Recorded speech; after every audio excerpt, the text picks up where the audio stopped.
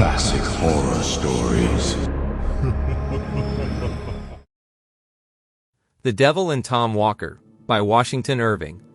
A few miles from Boston in Massachusetts, there is a deep inlet winding several miles into the interior of the country from Charles Bay, and terminating in a thickly wooded swamp or morass. On one side of this inlet is a beautiful dark grove. On the opposite side, the land rises abruptly from the water's edge into a high ridge, on which grow a few scattered oaks of great age and immense size. Under one of these gigantic trees, according to old stories, there was a great amount of treasure buried by Kidd the pirate.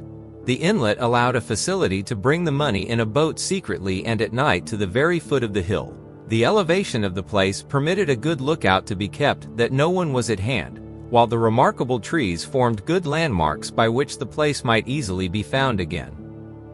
The old stories add, moreover, that the devil presided at the hiding of the money, and took it under his guardianship. But this, it is well known, he always does with buried treasure, particularly when it has been ill-gotten. Be that as it may, Kidd never returned to recover his wealth, being shortly after seized at Boston, sent out to England, and there hanged for a pirate.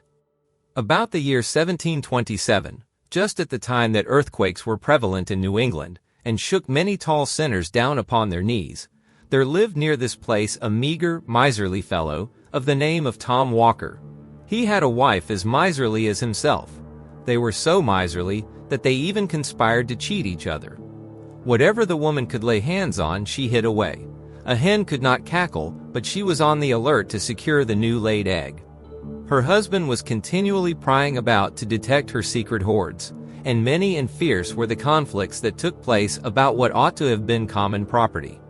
They lived in a forlorn-looking house that stood alone, and had an air of starvation. A few straggling savin trees, emblems of sterility, grew near it. No smoke ever curled from its chimney, no traveler stopped at its door.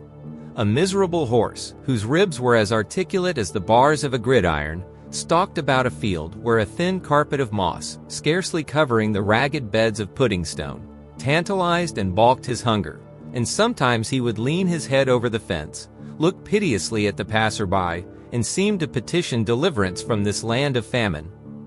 The house and its inmates had altogether a bad name.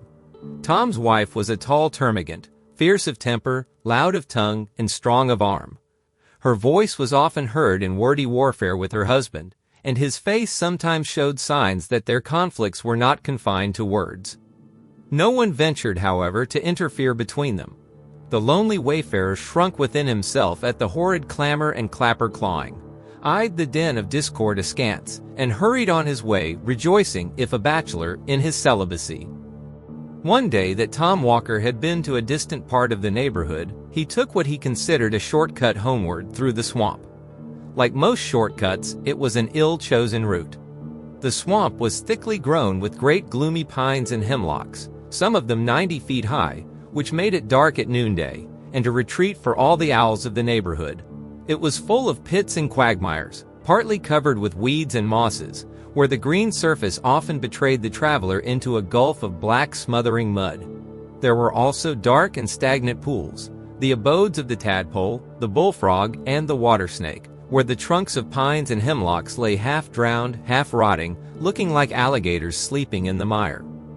Tom had long been picking his way cautiously through this treacherous forest, stepping from tuft to tuft of rushes and roots, which afforded precarious footholds among deep sloughs, or pacing carefully like a cat along the prostrate trunks of trees, startled now and then by the sudden screaming of the bittern, or the quacking of a wild duck rising on the wing from some solitary pool. At length he arrived at a firm piece of ground, which ran out like a peninsula into the deep bosom of the swamp. It had been one of the strongholds of the Indians during their wars with the first colonists. Here they had thrown up a kind of fort, which they had looked upon as almost impregnable, and had used as a place of refuge for their squaws and children. Nothing remained of the old Indian fort but a few embankments, gradually sinking to the level of the surrounding earth, and already overgrown in part by oaks and other forest trees, the foliage of which formed a contrast to the dark pines and hemlocks of the swamp. It was late in the dusk of evening when Tom Walker reached the old fort, and he paused there a while to rest himself. Anyone but he would have felt unwilling to linger in this lonely, melancholy place, for the common people had a bad opinion of it, from the stories handed down from the time of the Indian Wars, when it was asserted that the savages held incantations here and made sacrifices to the evil spirit. Tom Walker, however, was not a man to be troubled with any fears of the kind. He reposed himself for some time on the trunk of a fallen hemlock, listening to the boding cry of the tree toad, and delving with his walking staff into a mound of black mold at his feet. As he turned up the soil unconsciously, his staff struck against something hard. He raked it out of the vegetable mold, and lo, a cloven skull, with an Indian tomahawk buried deep in it, lay before him. The rust on the weapon showed the time that had elapsed since this death blow had been given. It was a dreary memento of the fierce struggle that had taken place in this last foothold of the Indian warriors. "Humph," said Tom Walker as he gave it a kick to shake the dirt from it. "Let that skull alone," said a gruff voice. Tom lifted up his eyes and beheld a great black man seated directly opposite him on the stump of a tree. He was exceedingly surprised, having neither heard nor seen anyone approach, and he was still more perplexed on observing, as well as the gathering gloom would permit, that the stranger was neither Negro nor Indian. It is true he was dressed in a rude half-Indian garb, and had a red belt or sash swathed round his body, but his face was neither black nor copper color, but swarthy and dingy, and begrimed with soot, as if he had been accustomed to toil among fires and forges. He had a shock of coarse black hair that stood out from his head in all directions, and bore an axe on his shoulder. He scowled for a moment at Tom with a pair of great red eyes. "What are you doing on my grounds?" said the black man with a hoarse, growling voice. "Your grounds," said Tom with a sneer. "No more your grounds than mine. They belong to Deacon Peabody." "Deacon Peabody BDD," said the stranger, "as I flatter myself he will be, if he does not look more to his own sins and less to those of his neighbors. Look yonder and see how Deacon Peabody is faring." Tom looked in the direction that the stranger pointed, and beheld one of the great trees, fair and flourishing without, but rotten at the core, and saw that it had been nearly hewn through, so that the first high wind was likely to blow it down. On the bark of the tree was scored the name of Deacon Peabody, an eminent man, who had waxed wealthy by driving shrewd bargains with the Indians. He now looked around and found most of the tall trees marked with the name of some great man of the colony, and all more or less scored by the axe. The one on which he had been seated, and which had evidently just been hewn down, bore the name of Crowninshield, and he recollected a mighty rich man of that name, who made a vulgar display of wealth, which it was whispered he had acquired by buccaneering. "He's just ready for burning," said the black man with a growl of triumph. "You see, I am likely to have a good stock of firewood for winter." "But what right have you," said Tom, "to cut down Deacon Peabody's timber?" "The right of a prior claim," said the other. "This woodland belonged to me long before one of your white-faced race put foot upon the soil." "And pray, who are you, if I may be so bold?" said Tom. "Oh, I go by various names. I am the wild huntsman in some countries, the black miner in others. In this neighborhood I am known by the name of the Black Woodsman. I am he to whom the red men consecrated this spot, and in honor of whom they now and then roasted a white man, by way of sweet-smelling sacrifice. Since the red men have been exterminated by you white savages, I amuse myself by presiding at the persecutions of Quakers and Anabaptists. I am the great patron and prompter of slave dealers, and the Grand Master of the Salem witches. The upshot of all which is that, if I mistake not," said Tom sturdily, "you are he commonly called Old Scratch." "The same, at your service," replied the black man with a half-civil nod. Such was the opening of this interview, according to the old story, though it has almost too familiar an air to be credited. One would think that to meet with such a singular personage, in this wild, lonely place, would have shaken any man's nerves, but Tom was a hard-minded fellow, not easily daunted, and he had lived so long with a termagant wife, that he did not even fear the devil. It is said that after this commencement they had a long and earnest conversation together, as Tom returned homeward. The black man told him of great sums of money buried by Kidd the pirate, under the oak trees on the high ridge, not far from the morass. All these were under his command, and protected by his power, so that none could find them but such as propitiated his favor. These he offered to place within Tom Walker's reach, having conceived an especial kindness for him, but they were to be had only on certain conditions. What these conditions were may be easily surmised, though Tom never disclosed them publicly. They must have been very hard, for he required time to think of them, and he was not a man to stick at trifles when money was in view. When they had reached the edge of the swamp, the stranger paused. "What proof have I that all you have been telling me is true?" said Tom.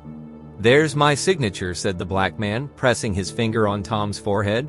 So saying, he turned off among the thickets of the swamp, and seemed, as Tom said, to go down, down, down into the earth, until nothing but his head and shoulders could be seen, and so on, until he totally disappeared. When Tom reached home, he found the black print of a finger burnt, as it were, into his forehead, which nothing could obliterate. The first news his wife had to tell him was the sudden death of Absalom Crowninshield, the rich buccaneer. It was announced in the papers with the usual flourish that a great man had fallen in Israel. Tom recollected the tree which his black friend had just hewn down, and which was ready for burning. "Let the freebooter roast," said Tom, "who cares?" He now felt convinced that all he had heard and seen was no illusion. He was not prone to let his wife into his confidence, but as this was an uneasy secret, he willingly shared it with her. All her avarice was awakened at the mention of hidden gold, and she urged her husband to comply with the black man's terms, and secure what would make them wealthy for life. However Tom might have felt disposed to sell himself to the devil, he was determined not to do so to oblige his wife, so he flatly refused, out of the mere spirit of contradiction. Many and bitter were the quarrels they had on the subject, but the more she talked, the more resolute was Tom not to be damned to please her. At length she determined to drive the bargain on her own account, and if she succeeded, to keep all the gain to herself. Being of the same fearless temper as her husband, she set off for the old Indian fort towards the close of a summer's day. She was many hours absent. When she came back, she was reserved and sullen in her replies. She spoke something of a black man, whom she had met about twilight hewing at the root of a tall tree. He was sulky, however, and would not come to terms. She was to go again with a propitiatory offering, but what it was she forbore to say. The next evening she set off again for the swamp, with her apron heavily laden. Tom waited and waited for her, but in vain. Midnight came, but she did not make her appearance. Morning, noon, night returned, but still she did not come. Tom now grew uneasy for her safety, especially as he found she had carried off in her apron the silver teapot and spoons, and every portable article of value. Another night elapsed, another morning came, but no wife. In a word, she was never heard of more. What was her real fate nobody knows, in consequence of so many pretending to know. It is one of those facts which have become confounded by a variety of historians. Some asserted that she lost her way among the tangled mazes of the swamp, and sank into some pit or slough. Others, more charitable, hinted that she had eloped with the household booty, and made off to some other province, while others surmised that the tempter had decoyed her into a dismal quagmire, on the top of which her hat was found lying. In confirmation of this, it was said a great black man, with an axe on his shoulder, was seen late that very evening coming out of the swamp, carrying a bundle tied in a check apron, with an air of surly triumph. The most current and probable story, however, observes that Tom Walker grew so anxious about the fate of his wife and his property, that he set out at length to seek them both at the Indian fort. During a long summer's afternoon he searched about the gloomy place, but no wife was to be seen. He called her name repeatedly, but she was nowhere to be heard. The bittern alone responded to his voice as he flew screaming by, or the bullfrog croaked dolefully from a neighboring pool. At length, it is said, just in the brown hour of twilight, when the owls began to hoot and the bats to flit about, his attention was attracted by the clamor of carrion crows hovering about a cypress tree. He looked up and beheld a bundle tied in a check apron, and hanging in the branches of the tree, with a great vulture perched hard by, as if keeping watch upon it. He leaped with joy, for he recognized his wife's apron, and supposed it to contain the household valuables. "Let us get hold of the property," said he, consolingly to himself, "and we will endeavor to do without the woman." As he scrambled up the tree, the vulture spread its wide wings and sailed off screaming into the deep shadows of the forest. Tom seized the checked apron, but woeful sight, found nothing but a heart and liver tied up in it. Such, according to this most authentic old story, was all that was to be found of Tom's wife. She had probably attempted to deal with the black man as she had been accustomed to deal with her husband, but though a female scold is generally considered a match for the devil, yet in this instance she appears to have had the worst of it. She must have died game, however, for it is said Tom noticed many prints of cloven feet deeply stamped about the tree, and found handfuls of hair that looked as if they had been plucked from the coarse black shock of the woodman. Tom knew his wife's prowess by experience. He shrugged his shoulders as he looked at the signs of a fierce clapper clawing. "Egad," said he to himself, "Old Scratch must have had a tough time of it." Tom consoled himself for the loss of his property with the loss of his wife, for he was a man of fortitude. He even felt something like gratitude towards the Black Woodman, who he considered had done him a kindness. He sought, therefore, to cultivate a further acquaintance with him, but for some time without success. The old Blacklegs played shy, for whatever people may think, he is not always to be had for calling for. He knows how to play his cards when pretty sure of his game. At length, it is said, when delay had whetted Tom's eagerness to the quick, and prepared him to agree to anything rather than not gain the promised treasure, he met the black man one evening in his usual woodman's dress, with his axe on his shoulder, sauntering along the swamp, and humming a tune. He affected to receive Tom's advances with great indifference, made brief replies, and went on humming his tune. By degrees, however, Tom brought him to business, and they began to haggle about the terms on which the former was to have the pirate's treasure. There was one condition which need not be mentioned, being generally understood in all cases where the devil grants favors, but there were others about which, though of less importance, he was inflexibly obstinate. He insisted that the money found through his means should be employed in his service. He proposed, therefore, that Tom should employ it in the black traffic, that is to say, that he should fit out a slave ship. This, however, Tom resolutely refused. He was bad enough in all conscience, but the devil himself could not tempt him to turn slave trader. Finding Tom so squeamish on this point, he did not insist upon it, but proposed instead that he should turn usurer, the devil being extremely anxious for the increase of usurers, looking upon them as his peculiar people. To this no objections were made, for it was just to Tom's taste. "You shall open a broker's shop in Boston next month," said the black man. "I'll do it tomorrow if you wish," said Tom Walker. "You shall lend money at 2% a month." "Egad, I'll charge 4%, replied Tom Walker. "You shall extort bonds, foreclose mortgages, drive the merchants to bankruptcy." "I'll drive them to the deal," cried Tom Walker. "You are the usurer for my money," said Blacklegs with delight. "When will you want the rhino?" "This very night." "Done," said the devil. "Done," said Tom Walker. So they shook hands and struck a bargain. A few days' time saw Tom Walker seated behind his desk in a counting house in Boston.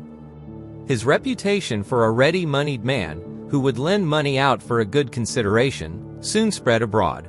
Everybody remembers the time of Governor Belcher, when money was particularly scarce. It was a time of paper credit. The country had been deluged with government bills. The famous land bank had been established. There had been a rage for speculating. The people had run mad with schemes for new settlements, for building cities in the wilderness. Land jobbers went about with maps of grants and townships and Eldorados, lying nobody knew where, but which everybody was ready to purchase. In a word, the great speculating fever which breaks out every now and then in the country had raged to an alarming degree, and everybody was dreaming of making sudden fortunes from nothing. As usual, the fever had subsided, the dream had gone off, and the imaginary fortunes with it. The patients were left in doleful plight, and the whole country resounded with the consequent cry of hard times. At this propitious time of public distress, did Tom Walker set up as usurer in Boston. His door was soon thronged by customers. The needy and adventurous, the gambling speculator, the dreaming land jobber, the thriftless tradesman, the merchant with cracked credit, in short, everyone driven to raise money by desperate means and desperate sacrifices, hurried to Tom Walker. Thus, Tom was the universal friend of the needy, and acted like a friend in need. That is to say, he always exacted good pay and good security. In proportion to the distress of the applicant was the hardness of his terms. He accumulated bonds and mortgages, gradually squeezed his customers closer and closer, and sent them at length, dry as a sponge, from his door. In this way he made money hand over hand, became a rich and mighty man, and exalted his cocked hat upon change. He built himself, as usual, a vast house, out of ostentation, but left the greater part of it unfinished and unfurnished, out of parsimony. He even set up a carriage in the fullness of his vainglory, though he nearly starved the horses which drew it, and as the ungreased wheels groaned and screeched on the axle-trees, you would have thought you heard the souls of the poor debtors he was squeezing. As Tom waxed old, however, he grew thoughtful. Having secured the good things of this world, he began to feel anxious about those of the next. He thought with regret on the bargain he had made with his black friend, and set his wits to work to cheat him out of the conditions. He became, therefore, all of a sudden, a violent churchgoer. He prayed loudly and strenuously, as if heaven were to be taken by force of lungs. Indeed, one might always tell when he had sinned most during the week, by the clamor of his Sunday devotion. The quiet Christians who had been modestly and steadfastly traveling Zionward were struck with self-reproach at seeing themselves so suddenly outstripped in their career by this new-made convert. Tom was as rigid and religious as in money matters. He was a stern supervisor and censurer of his neighbors, and seemed to think every sin entered up to their account became a credit on his own side of the page. He even talked of the expediency of reviving the persecution of Quakers and Anabaptists. In a word, Tom's zeal became as notorious as his riches. Still, in spite of all this strenuous attention to forms, Tom had a lurking dread that the devil, after all, would have his due. That he might not be taken unawares, therefore, it is said he always carried a small Bible in his coat pocket. He had also a great folio Bible on his counting-house desk, and would frequently be found reading it when people called on business. On such occasions he would lay his green spectacles in the book, to mark the place, while he turned round to drive some usurious bargain. Some say that Tom grew a little crack-brained in his old days, and that, fancying his end approaching, he had his horse new shod, saddled and bridled, and buried with his feet uppermost, because he supposed that at the last day the world would be turned upside down, in which case he should find his horse standing ready for mounting, and he was determined at the worst to give his old friend a run for it. This, however, is probably a mere old wives' fable. If he really did take such a precaution, it was totally superfluous, at least so says the authentic old legend, which closes his story in the following manner. One hot summer afternoon in the dog days, just as a terrible black thunder gust was coming up, Tom sat in his counting-house, in his white linen cap and India silk morning gown. He was on the point of foreclosing a mortgage, by which he would complete the ruin of an unlucky land speculator for whom he had professed the greatest friendship. The poor land jobber begged him to grant a few months' indulgence. Tom had grown testy and irritated, and refused another day. "My family will be ruined, and brought upon the parish," said the land jobber. "Charity begins at home," replied Tom. "I must take care of myself in these hard times." "You have made so much money out of me," said the speculator. Tom lost his patience and his piety. "The devil take me," said he, "if I have made a farthing." Just then there were 3 loud knocks at the street door. He stepped out to see who was there. A black man was holding a black horse, which neighed and stamped with impatience. "Tom, you're come for," said the black fellow gruffly. Tom shrank back, but too late. He had left his little Bible at the bottom of his coat pocket, and his big Bible on the desk buried under the mortgage he was about to foreclose. Never was sinner taken more unawares. The black man whisked him like a child into the saddle, gave the horse the lash, and away he galloped with Tom on his back in the midst of the thunderstorm.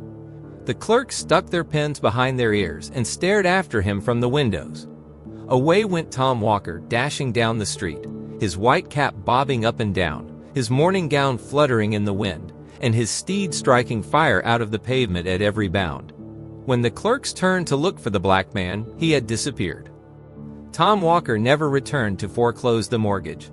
A countryman who lived on the border of the swamp reported that in the height of the thundergust, he had heard a great clattering of hoofs and a howling along the road, and running to the window caught sight of a figure, such as I have described, on a horse that galloped like mad across the fields, over the hills, and down into the black hemlock swamp towards the old Indian fort, and that shortly after, a thunderbolt falling in that direction seemed to set the whole forest in a blaze. The good people of Boston shook their heads and shrugged their shoulders, but had been so much accustomed to witches and goblins and tricks of the devil in all kinds of shapes, from the first settlement of the colony, that they were not so much horror-struck as might have been expected. Trustees were appointed to take charge of Tom's effects. There was nothing, however, to administer upon. On searching his coffers, all his bonds and mortgages were found reduced to cinders. In place of gold and silver, his iron chest was filled with chips and shavings. 2 skeletons lay in his stable instead of his half-starved horses, and the very next day his great house took fire and was burnt to the ground. Such was the end of Tom Walker and his ill-gotten wealth. Let all griping money brokers lay this story to heart. The truth of it is not to be doubted.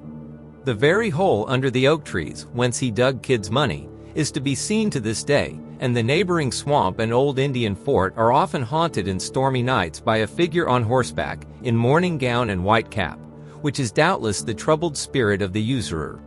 In fact, the story has resolved itself into a proverb, and is the origin of that popular saying, so prevalent throughout New England, of the devil and Tom Walker.